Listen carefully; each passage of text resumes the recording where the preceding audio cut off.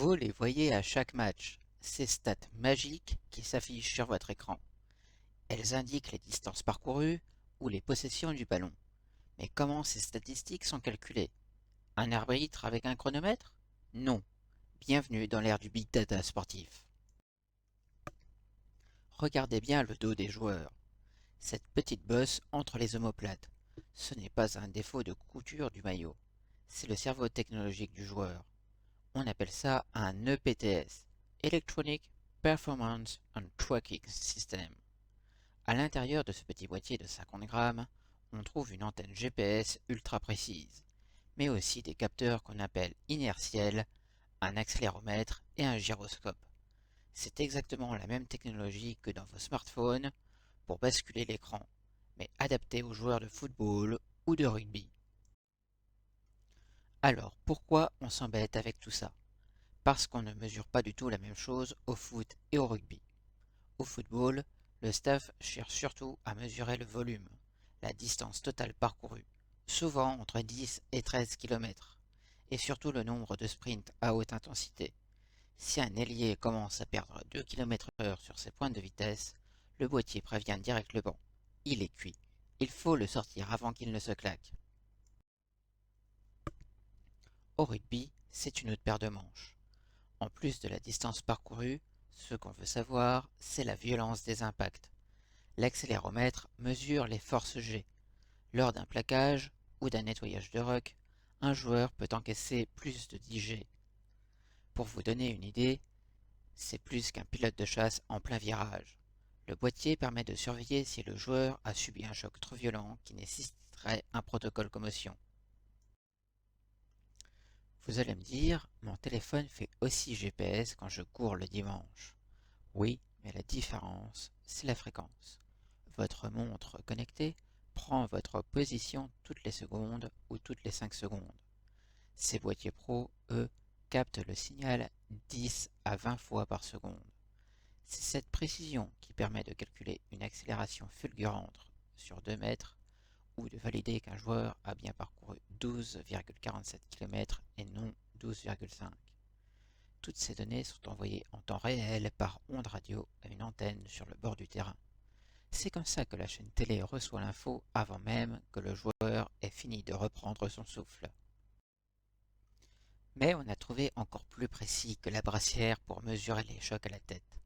Depuis peu, World Rugby généralise l'usage de protège-dents connectés. Ce ne sont pas des simples morceaux de silicone pour protéger les dents. Ce sont de véritables laboratoires embarqués dans la bouche des joueurs. Pourquoi dans la bouche? Parce que pour mesurer précisément ce que subit le cerveau, il faut être fixé solidement à la boîte crânienne. La mâchoire supérieure est l'endroit idéal.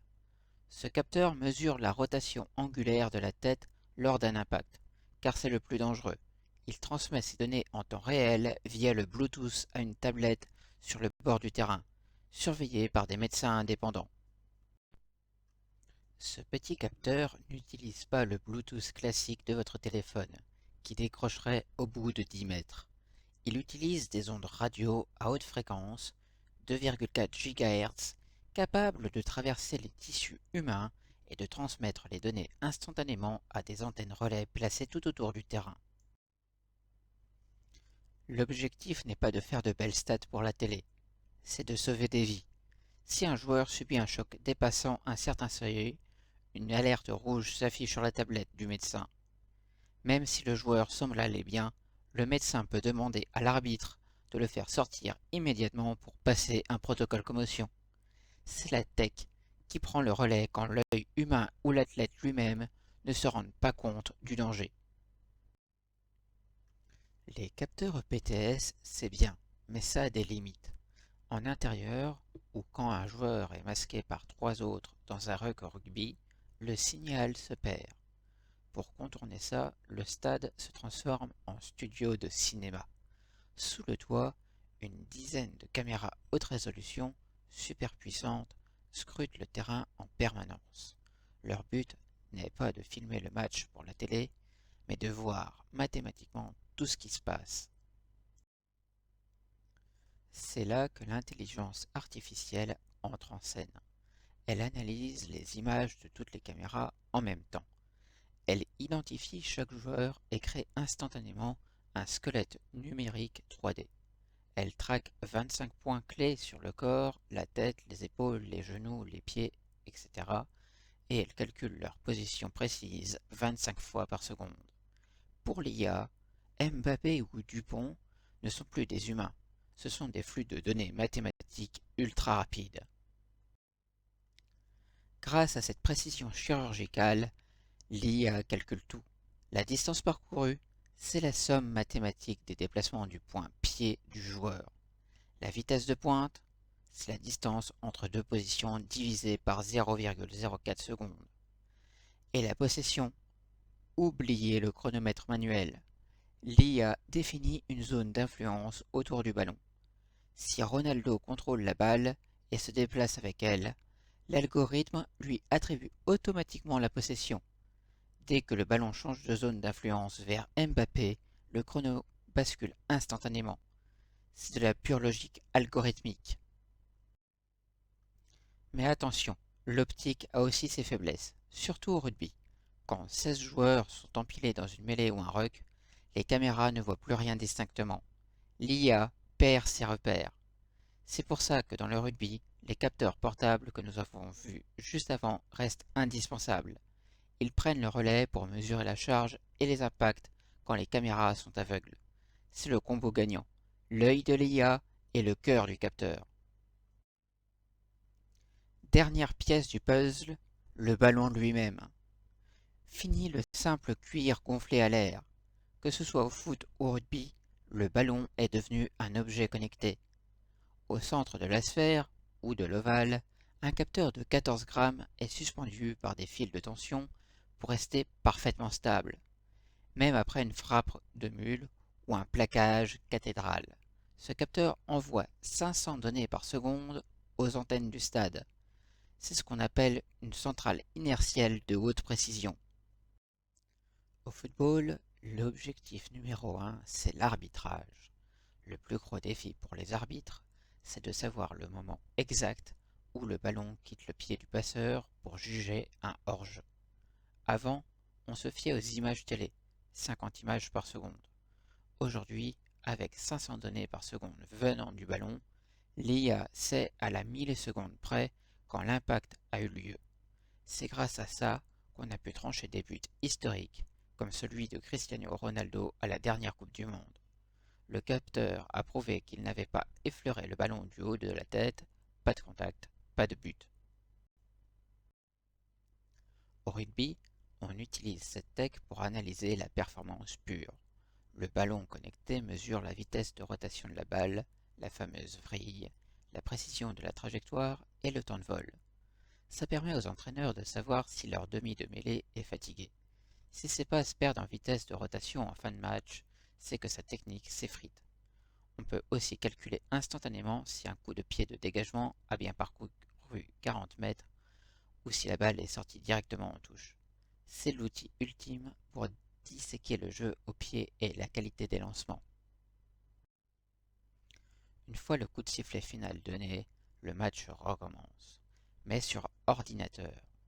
Les analystes tactiques récupèrent les fichiers de tracking optique. Ils ne regardent pas seulement si un joueur a bien couru, ils regardent comment l'équipe a bougé. L'IA calcule automatiquement la distance entre les défenseurs. Si le bloc s'est trop étiré pendant la 70e minute, laissant des espaces à l'adversaire, le coach peut leur prouver en image lors du débrief du lundi. C'est la fin du «je crois que», on passe au «je sais que». C'est l'aspect le plus vital du foot moderne, la gestion de la charge. Le préparateur physique croise les données GPS du match avec celles des entraînements de la semaine. Si un milieu de terrain a enchaîné trop de sprints à haute fréquence et que sa charge de travail dépasse son seuil de tolérance habituel, le logiciel lance une alerte rouge. Le lendemain, ce joueur fera une séance de récupération légère en piscine plutôt que d'aller sur le terrain. L'objectif, zéro blessure musculaire. On gère les joueurs comme des pilotes de Formule 1. Enfin, ces données servent au recrutement. Avant, un recruteur se déplaçait pour voir si un joueur était bon. Aujourd'hui, les clubs utilisent des bases de données mondiales. Vous cherchez un latéral droit capable de répéter des sprints de 30 mètres à plus de 32 km/h pendant tout le match? Un algorithme scanne les données de milliers de joueurs et sort une liste de noms. Le tracking a transformé le marché des transferts. Des géants du cloud et de la data dépensent des millions en sponsoring pour s'afficher à côté du score. Grâce à leur puissance de calcul, le sport est devenu plus intelligent. Grâce à eux, on ne se contente plus de regarder 22 joueurs courir. On comprend la difficulté d'une transformation rugby grâce à la probabilité de réussite en temps réel. On voit l'effort invisible d'un milieu de terrain. Ces entreprises ont transformé le spectateur passif en un véritable analyste. Elles nous donnent les clés pour comprendre pourquoi une équipe gagne ou perd. Mais il y a un revers de la médaille, plus sombre. À force de tout mesurer, ne risque-t-on pas de tuer l'imprévisible, le fameux génie du sport? Aujourd'hui, un jeune joueur n'est plus seulement jugé sur son talent, mais sur son profil de données. S'il n'entre pas dans les cases de l'algorithme, des big tech, il risque de rester sur le carreau. Et puis il y a la question de la vie privée. Ces données de santé ultra précises, votre rythme cardiaque, votre état de fatigue, votre résistance au choc, appartiennent à qui? Au club, aux joueurs ou aux géants de la tech qui hébergent le serveur? En transformant le corps humain en une suite de chiffres, on traite l'athlète comme un actif financier ou une machine. Le sport devient une science exacte, et c'est peut-être là qu'il commence à perdre son âme. Au-delà de la tactique, quel est l'impact sur le cerveau du joueur? Imaginez, vous êtes sur le terrain, vous sentez un coup à jouer, une intuition, mais vous savez que la balise au dos de votre t-shirt enregistre tout. La peur de ne pas être dans les stats commence à polluer le jeu. Certains joueurs n'osent plus tenter un dribble risqué de peur de faire chuter leur pourcentage de réussite. On finit par formater des athlètes qui jouent pour la note de l'algorithme plutôt que pour la beauté du geste.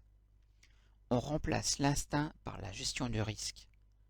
Le terrain devient un bureau et le ballon un dossier Excel. Et pour nous, les supporters, c'est peut-être encore pire. Le débat entre amis ou sur les réseaux sociaux a changé de visage. Avant, on se prenait la tête sur une émotion, sur un frisson. Aujourd'hui, on se jette les statistiques à la figure. On réduit une performance humaine complexe à une carte thermique ou à des probabilités de but. Le problème, c'est que la data ne raconte jamais toute l'histoire. Elle ne mesure pas le leadership, le sacrifice ou l'intelligence de placement qui ne touche pas le ballon. À force de vouloir tout quantifier, on finit par déshumaniser nos idoles. On oublie qu'un match de foot ou de rugby, c'est avant tout une tragédie grecque, pas un rapport financier. Alors, la tech dans le sport, progrès indispensable ou gadget qui tue l'âme? La réponse est sans doute entre les deux. Ces outils sont de merveilleuses loupes pour comprendre le jeu, mais ils ne doivent pas devenir des œillères. La prochaine fois que vous verrez un graphique de possession s'afficher, rappelez-vous que derrière le point qui bouge sur l'écran, il y a un humain qui transpire, qui doute, et qui parfois réalise l'impossible que l'ordinateur n'avait pas prévu. Et vous, connaissiez-vous toutes ces technologies que faisaient les stats de match? Allez-vous porter un autre regard à leur sujet? Dites-le moi en commentaire.